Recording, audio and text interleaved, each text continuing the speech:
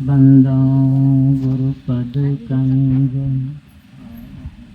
कृपा सिंधु नर रूप हरि महामहतम जास वचन रवि करुण।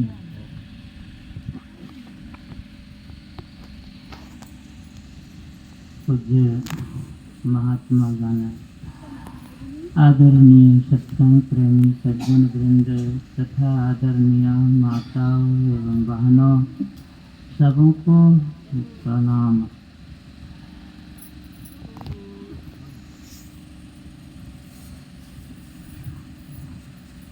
बिनु सत्संग विवेक न होई, राम कृपा बिनु सुलभ न सोई। गोस्वामी जी कहते हैं कि जब परमात्मा की कृपा होती है तब सत्संग मिलता है और सत्संग से विवेक होता है, कर्तव्य अकर्तव्य का ज्ञान होता है, सार असार का बोध होता है। तो मनुष्य में यह बहुत जरूरी है, या मनुष्य के लिए विवेक बहुत जरूरी है। मनुष्य का शरीर मिल गया और उसको पता नहीं कि हमको क्या करना चाहिए क्या नहीं करना चाहिए, तो वो मनुष्य कैसा। भगवान श्री कृष्ण ने कहा कि ज्ञाने हीना पशु भी समाना, ज्ञान रहित मनुष्य पशु तुल्य है। तो हम लोगों को पशु की श्रेणी में नहीं रहना चाहिए। मनुष्य की देह परमात्मा ने दी है तो हमको मनुष्य बनकर रहना चाहिए। मनुष्य कौन? जो विवेकी है, विवेकशील है, कर्तव्य कर्तव्य का जिसको ज्ञान है। तो सत्संग यह ज्ञान बतलाता है, सत्संग से यह ज्ञान होता है। इसलिए भगवान राम ने कहा कि प्रथम भगत संतन कर संगा, सत्संग करना मेरी पहली भक्ति है।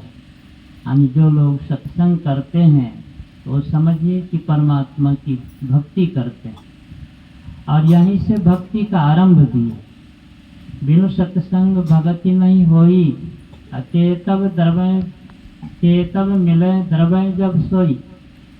तो बिना सत्संग के भक्ति आरंभ नहीं होती है। इसका मतलब हुआ कि भक्ति सत्संग भक्ति की जड़ है, नींव है। जैसे नींव पर मकान खड़ा करते हैं तो नींव मजबूत होना चाहिए। नींव मजबूत तो मकान मजबूत, नींव कमजोर मकान कमजोर। बिना नींव के मकान नहीं बन सकता है। तो ठीक उसी तरह से बिना सत्संग के भक्ति नहीं हो सकती है। भक्ति सब कोई करते हैं, अभी सुन ही रहे थे बाबा की तरह तरह की भक्ति होती है। सब लोग अपने अपने जानते भक्ति करते हैं, लेकिन भगवान श्री राम कहते हैं कि सत्संग करो तब भक्ति शुरू। गोस्वामी जी भी कहते हैं कि सत्संग से भक्ति शुरू होती है, बिना सत्संग भक्ति नहीं है। तो बिना सत्संग कर किए या सत्संग को छोड़कर जो कोई भक्ति करते हैं तो समझ लीजिए कि वो कैसी भक्ति होगी। वह तो ऐसी ही बात होगी जैसे कि कोई बिना नींव के मकान खड़ा करना चाहे, चाहे बिना जड़ के वृक्ष को खड़ा रखना चाहे, अथवा कोई आदमी पैर को काट कर चलना चाहे। ये सब असंभव बात है। तो उसी तरह से सत्संग किए बिना या सत्संग को छोड़कर भक्ति करना चाहे तो वो असंभव है। तो भक्ति क्यों? भक्ति क्यों? तो भक्ति इसलिए कि हम दुख में पड़े, दुखों से छूट जाए। दुख में पड़े हैं, इसके प्रमाण के लिए शास्त्र की जरूरत नहीं। सब लोग दुख में पड़े हैं, प्रत्यक्ष देखते हैं। किसी को दैहिक दुख है, किसी को दैविक दुख है, तो किसी को मानसिक दुख है, तरह तरह के दुख है। कोई आदमी ऐसा होगा दुनिया में जो कि कहेगा कि हमारे पास कोई दुख नहीं, कोई समस्या नहीं, कोई संकट नहीं। बड़े से बड़े के पास जाइए बड़े बड़े पदाधिकारी, मुख्यमंत्री, प्रधानमंत्री, राष्ट्रपति, जाकर पूछिए कि आपके पास भी कोई दुख है, समस्या है, तो वो भी बतलाएंगे कि हाँ मेरे पास भी है, सबके पास है। तो संत लोग कहते हैं कि इन्हीं दुखों से छूटने के लिए भक्ति की जरूरत है। बिना भक्ति किए दुखों से छुटकारा नहीं हो सकता। ऐसा उन्होंने अनुभव ज्ञान के आधार पर कहा, ऐसे नहीं कह दिया। संतों ने ऐसा कहा, यानी संतों ने भक्ति करके दुखों से छूट करके तब ऐसा कहा। ताबसन जी कहते हैं कि निज अनुभव अब कहाऊ खगेशा, अब बिनु हरि भजन में जाहि कलेशा। हे गरुड़ जी, मैं अपना अनुभव कहता हूँ कि बिना हरि भजन किए जीव का क्लेश नहीं मिटता। अनुभव ज्ञान के आधार पर कहते हैं। ज्ञान के और प्रकार हैं। अनुभव के पहले निधिध्यासन है, उसके पहले श्रवण मनन वाला ज्ञान है। अभी जो हम लोग कह सुन रहे हैं यह श्रवण मनन वाला ज्ञान है। इस ज्ञान में भी दुख नहीं मिटता। निधिध्यासन करते हैं तो दुख कम होने लगता है। निधिध्यासन ज्ञान जब पूर्ण होता है, निधिध्यासन जब पूर्ण होता है तब अनुभव ज्ञान होता है। अनु माने पीछे, भव माने होना। जो अंतिम ज्ञान होता है यानी प्रत्यक्ष ज्ञान, ईश्वर का प्रत्यक्ष ज्ञान, आत्मा परमात्मा का प्रत्यक्ष ज्ञान, उसी को अनुभव ज्ञान कहा। तो उस ज्ञान के बाद कोई दुख नहीं रहता, क्योंकि परमात्मा सुख स्वरूप है, सुख स्वरूप है, शांति स्वरूप है। तो उनको प्राप्त कर लेने पर या करने वाले भी सुख स्वरूप हो जाते हैं, शांति स्वरूप हो जाते हैं, वही संत कहलाते हैं। तो उन्होंने ऐसा करके देखा तब ऐसा कहा, अनुभव ज्ञान के प्रकाश में कहा कि बिनु हरि भजन जाहि कलेशा। दुखों से छूटने के लिए चाहे कितना भी उपाय कर लीजिए और हरि भक्ति नहीं कीजिए, ईश्वर की भक्ति नहीं कीजिए, तो वो कहते हैं कि दुख नहीं मिटेगा, दुख नहीं मिटेगा। कितना भी उपाय, नेम धर्म आचार तप ज्ञान जग जप दान, भेषज पुनि कोटिक नहीं, रोग जाहि हरि जान। हे गरुड़ जी, नेम तरह तरह नेम धर्म आचार जप तप व्रत उपवास आदि जितना जो कुछ है भक्ति के में दाखिल है, तो कहते हैं ये सब में से किसी में सामर्थ्य नहीं है दुखों को मिटाने का। किसी में सामर्थ्य नहीं, एकमात्र भक्ति में सामर्थ्य है। बातचीत नहीं कीजिए, दोनों वर्ग क्या करना ठीक है, बज रहा है। तो कहते हैं कि तमाम तरह के जितने शुभ कर्म हैं भक्ति में, उनसे ये रोग नहीं जाते। रोग माने भव रोग, जन्म मरण का जो रोग जीव के साथ लग गया है, जन्मना मरना दुख है, जन्मत मरत दूसरा दुख होई, आवागमन सम दुख दो जा है नहीं जग में कोई। इसके निवारण के लिए प्रभक्ति करनी चाहिए। तो भक्ति इसीलिए, अब भक्ति के बिना दुख नहीं मिटेगा, तो अब भक्ति भी तो बहुत समझकर करने की बात ना। बहुत तरह की भक्ति के बारे में सुने और कहा कि इससे रोग नहीं, दुख नहीं मिट सकते, तो कौन सी भक्ति से दुख मिटेगा? ईश्वर की भक्ति से, ईश्वर की भक्ति से। ईश्वर की भक्ति क्या है?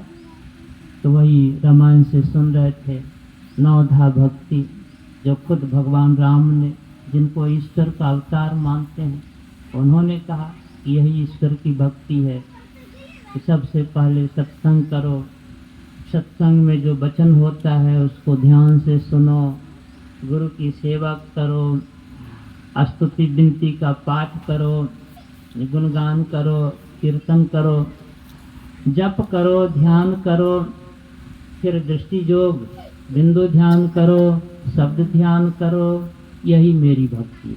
भगवान ने कहा यही भक्ति। इस तरह की भक्ति अब जहाँ हो रही है या जहाँ बतलाई जाती है वहाँ जाना पड़ेगा। इस तरह की भक्ति, जिस तरह की भक्ति भगवान राम ने बतलाई, उस तरह की भक्ति जो बतलाते हैं वहाँ जाना पड़ेगा ना, तभी ना जानेंगे। तो कहाँ इस तरह की भक्ति बतलाई जाती है? संतों के संग, सत्संग में, यानी संत मत के सत्संग। संत मत किसको कहते हैं? संतों के मत को संत मत कहते हैं। संत किनको कहते हैं? शांति प्राप्त किए हुए महापुरुष को संत कहते हैं। भक्ति में पूर्णता प्राप्त किए हुए महापुरुष को संत कहते हैं। जिनके दुखों का सदा के लिए अंत हो गया होता है उनको संत कहते हैं। तो उनके संग में जाना पड़ेगा। तो उनके मत को संत मत कहते हैं, उनके मत को संत मत कहते हैं। तो कहिए कि वैसे दो चार ठो संत का नाम बतला दीजिए, तो दो चार नहीं, बहुत संतों का नाम इस मन से बतलाया जाता है। अभी तो हम लोगों ने उनकी स्तुति भी की, नाम ले लेकर के स्तुति की। भगवान बुद्ध, शंकराचार्य जी, रामानंद जी महाराज, कबीर साहब, नानक साहब, गोस्वामी तुलसीदास जी महाराज, तुलसी साहब, दादू साहब, सुंदरदास जी महाराज, सूरदास जी महाराज, शपथ जी महाराज, जगजीवन साहब, पलटू साहब, बाबा देवी साहब, महर्षि मेही परमहंस महाराज, ये सब के सब संत थे जिन्होंने शांति प्राप्त कर ली थी या जिन्होंने भक्ति पूरी कर ली थी। तो ये और बहुत ऐसे बहुत संत। तो इन सब संतों के विचार को संत मत कहते हैं। सीधी परिभाषा, इन सब संतों के विचार को संत मत कहते हैं। तो उन सब संतों का क्या विचार है कि दुखों से छूटने के लिए ईश्वर की भक्ति करो, दुखों से छूटने के लिए ईश्वर की भक्ति करो। उसी रामायण में यह भी वर्णन है कि शिव आज सुख सनकादिक नारद, जे मुनि ब्रह्म विचार विशारद, सब कर मत खग नायक येहा, करिय राम पद पंकज नेहा। जो इतने बड़े बड़े महापुरुष हो गए, कहते हैं उनका विचार, सबका विचार संत मत है कहलाता है। और सभी का विचार यही है कि करिए राम पद पंकज में, यानी राम के चरणों प्रेम करो, राम की भक्ति करो। दुखों से छूटना चाहते हैं तो राम की भक्ति क्या है? तो खुद राम जी ने बतला दिया, यही मेरी नौ प्रकार की भक्ति है। सत्संग करना, गुरु की सेवा करना, ईश्वर की स्तुति करना, गुणगान करना, ईश्वर के नाम का जप करना, ईश्वर के किसी एक रूप का ध्यान करना, फिर ईश्वर के ज्योति रूप का ध्यान करना, फिर उनके शब्द रूप का ध्यान करना, यही राम जी की भक्ति है, यानी ईश्वर की भक्ति है। और इस तरह की भक्ति करके राम जी के स्वरूप को प्राप्त करके बस राम ही बन जाए, राम ही बन जाए, बस भक्ति पूरी। भगवान ने कहा ना कि मम दर्शन फल परम अनुपा, जीव पाव निज सहज स्वरूपा। मेरे दर्शन का अतिशय अनुपम फल यह है कि जीव अपने आत्म स्वरूप को प्राप्त कर लेता है। कहने का मतलब कि मेरा दर्शन कीजिए या अपने आप का दर्शन कीजिए, एक ही बात है, एक ही बात है, क्योंकि दोनों तत्व रूप में एक ही है। जीवात्म प्रभु का अंश है, जस अंश नभ को देखिए, घटमट प्रपंचन जब मिटे। नहीं अंश कहना चाहिए कि जीवात्मा और परमात्मा दोनों तत्व रूप में एक ही हैं, कोई अंतर नहीं है, बस केवल अनुता विभुता का अंतर है। परमात्मा समुद्र रूप है, महदाकाश रूप है, और जीवात्मा घटाकाश, मठाकाश, पटाकाश के रूप में। परमात्मा समुद्र रूप में, जीवात्मा बूंद रूप में है, यही अंतर है। लेकिन तत्व रूप में दोनों एक है। तो संत मत कहता है कि भक्ति करके अपने ऊपर लगे इन कारण को, इस आवरण को हटा दो, तो फिर नहीं अंश कहना चाहिए। फिर अंश अंशी में कोई भेद नहीं, जाना तो तुम्हें हो जाए। तो यही बात तो भगवान राम भी कहते हैं कि मेरे दर्शन का अतिशय अनुपम फल यही है कि जीव अपने आत्मस्वरूप को प्राप्त कर लेता है। और इसी को उलट करके सहजोबाई ने कहा कि आपन ही को खोज मिले जब राम सुने। एक ही बात को उलट पुलट, भगवान राम ने कहा कि जो मेरा दर्शन कर ले वो अपने आत्मस्वरूप को प्राप्त कर लेगा। और सहजोबाई कहती है कि जो अपने आत्मस्वरूप को प्राप्त कर लेगा वो राम के स्वरूप को प्राप्त कर लेगा।